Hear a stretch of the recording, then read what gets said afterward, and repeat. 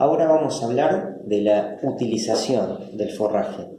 Vimos en los videos anteriores una caracterización y clasificación de los forrajes y particularidades de las gramíneas, de las leguminosas y qué características tenían las pasturas perennes y las anuales.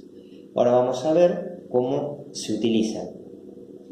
Y se pueden utilizar estos forrajes a través del pastoreo directo o si no a través de un corte mecánico y pudiéndoselo llevar al comedero o también poder hacer reservas, que lo vamos a ver más adelante. Si lo utilizamos como pastoreo directo, el uso del forraje, podemos tener un manejo extensivo donde básicamente es el método de pastoreo que se utiliza en el sistema de cría, con muy poco apotreramiento, grandes extensiones y en realidad poco manejo entre la interacción que hay entre el animal y el forraje. Y si no, un manejo o un pastoreo, mejor dicho, intensivo. Ese pastoreo intensivo puede ser rotativo, o sea, armamos potreros con alambre eléctrico, ahí dice pastoreo rotativo fijo, donde los animales van rotando en cada potrero de acuerdo a la disponibilidad de forraje que haya en cada uno de los mismos. Y si no, puede ser un tipo de pastoreo rotativo dinámico, donde lo que se intenta buscar acá es asignar la cantidad de forraje de manera diaria, o sea, lo que se llama manejo de franjas diarias. Determinar cuál es el requerimiento por día de ese animal y ver qué cantidad de forraje está aportando nuestro recurso y asignar la cantidad exacta para el día que necesitan nuestros animales. Ese es el manejo más eficiente y más racional, porque esa parcela o esa franja que fue pastoreada va a quedar en descanso por largo tiempo. El corte mecánico, hoy un poco lo venía diciendo al comienzo, se corta el forraje con una cortadora o picadora de forraje y se lleva ese alimento al corral o directamente el animal lo consume desde el campo, pero posterior al corte, lo que se llama consumo en fresco.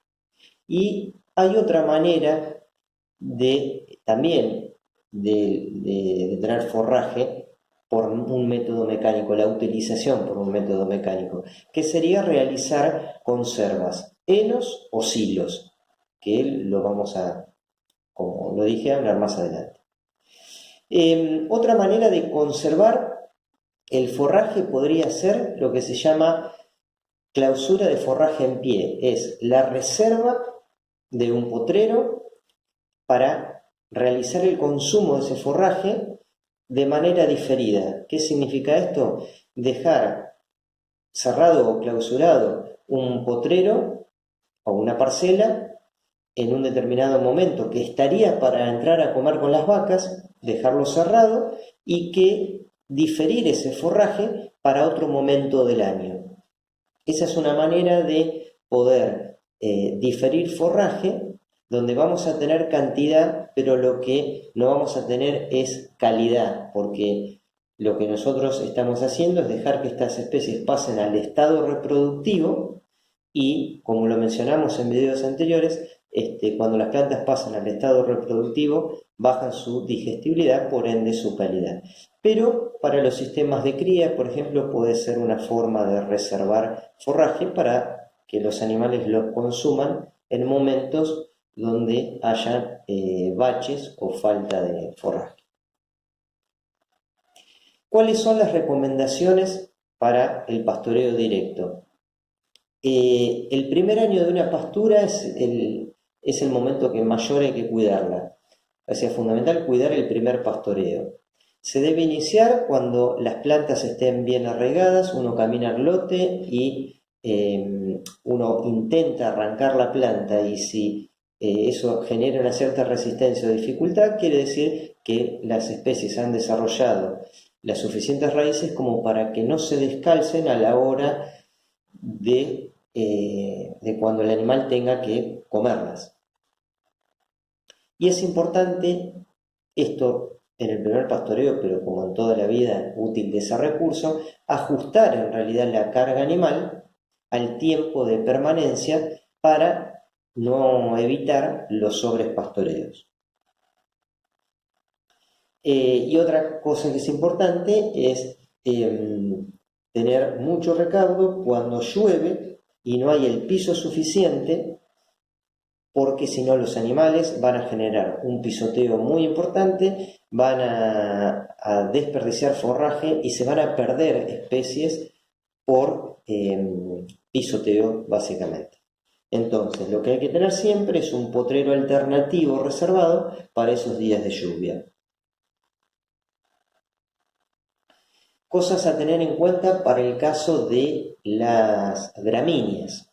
¿Cuándo entramos a pastorear las gramíneas? Generalmente cuando tiene una disponibilidad de entre 1.500 y 2.000 kilos de materia seca.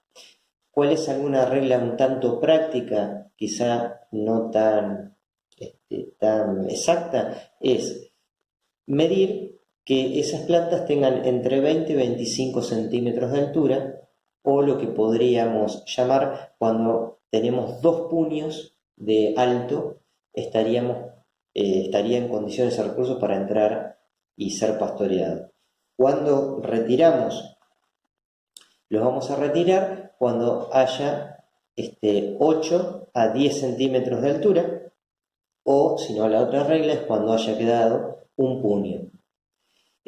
Otras cosas a tener en cuenta, bueno, como lo veníamos hablando anteriormente, que haya piso firme y que las plantas estén bien arraigadas.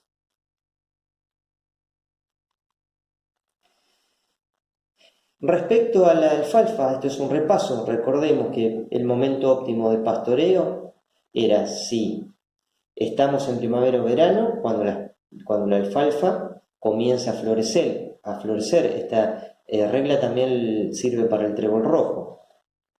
Cuando está el 10% de floración es el momento óptimo donde está equilibrada la cantidad de materia seca con la calidad, o sea, la mejor materia seca, la mayor materia seca digestible. Si estamos en otoño, cuando utilicemos ese recurso en otoño, principio de invierno, más que nada otoño porque las alfalfas en invierno no crecen o tienen latencia invernal, pero en otoño nos vamos a guiar por los rebrotes basales, que para repasarlo, como lo dijimos anteriormente, cuando esos rebrotes basales que nacen desde la corona tienen entre 2 y 2,5 centímetros, es el momento óptimo para entrar a pastorear, porque tiene sus máximas reservas acumuladas en la corona para después poder rebrotar una vez pastoreada por parte de los animales. Los verdeos de invierno, que generalmente son gramíneas, ¿no? Los verdeos de invierno se siembran en marzo, y obviamente que el objetivo de esto es poder cubrir un bache invernal, o sea, la falta de pasto de recursos forrajeros perennes, que generalmente en invierno crecen muy poco, poder afrontar este bache con los verdeos de invierno. Se siembran en marzo, dan abundante producción de forraje en ese momento, tienen buen valor nutritivo y palatabilidad, o sea que palatabilidad es aceptable por el animal, resistencia al pastoreo, y la época de aprovechamiento es entre mayo a octubre-noviembre, dependiendo de la especie que utilicemos, pero este es el periodo de utilización. Se siembran en marzo para poder comenzar su utilización en mayo, y según el recurso, reitero, puede estirarse su utilización hasta noviembre. Son más caros que las pasturas perennes, obviamente, porque todo el gasto se amortiza en un solo año. Como dijimos anteriormente, los verdeos son especies anuales que hay que sembrarlas todos los años. Y para recordar, es la avena uno de los principales verdeos de invierno, y este es el caso donde su aprovechamiento puede estirarse hasta noviembre, porque aún pasado el estado reproductivo siguen teniendo las plantas, los tallos y las hojas buena digestibilidad aún en el estado reproductivo. Raigrasa anual, cebada, centeno y trigo. Estos son los principales. Respecto a los verdeos de verano, así como los de invierno cubren el bache de la falta de pasto de invierno, estos van a cubrir la falta de pasto de verano. Producen mucha cantidad de forraje y permite ser pastoreados con alta carga animal. Son sensibles a heladas. Estos verdeos en general se siembran a mitad de noviembre, en la segunda quincena de noviembre. De esa manera podemos evitar el riesgo de heladas en esas fechas de siembra, y además nos aseguramos que las temperaturas del suelo estén por arriba de 15 grados. La época de siembra justamente es noviembre, y se utilizan de enero a marzo, en pleno bache de verano. ¿Cuáles son? Bueno, el sorgo forrajero, el maíz, que el maíz no tiene una gran utilidad como verdeo para pastoreo directo, quizás tenga un destino más para el ensilado, para un proceso de conservación que ahora lo vamos a comentar, que es el ensilaje. La moa es otro verdeo que tiene el ciclo de verano, y el mijo, pero que estos se destinan también a realización de fardos o rollos, otra forma de conservar forrajes. Y también la soja de pastoreo,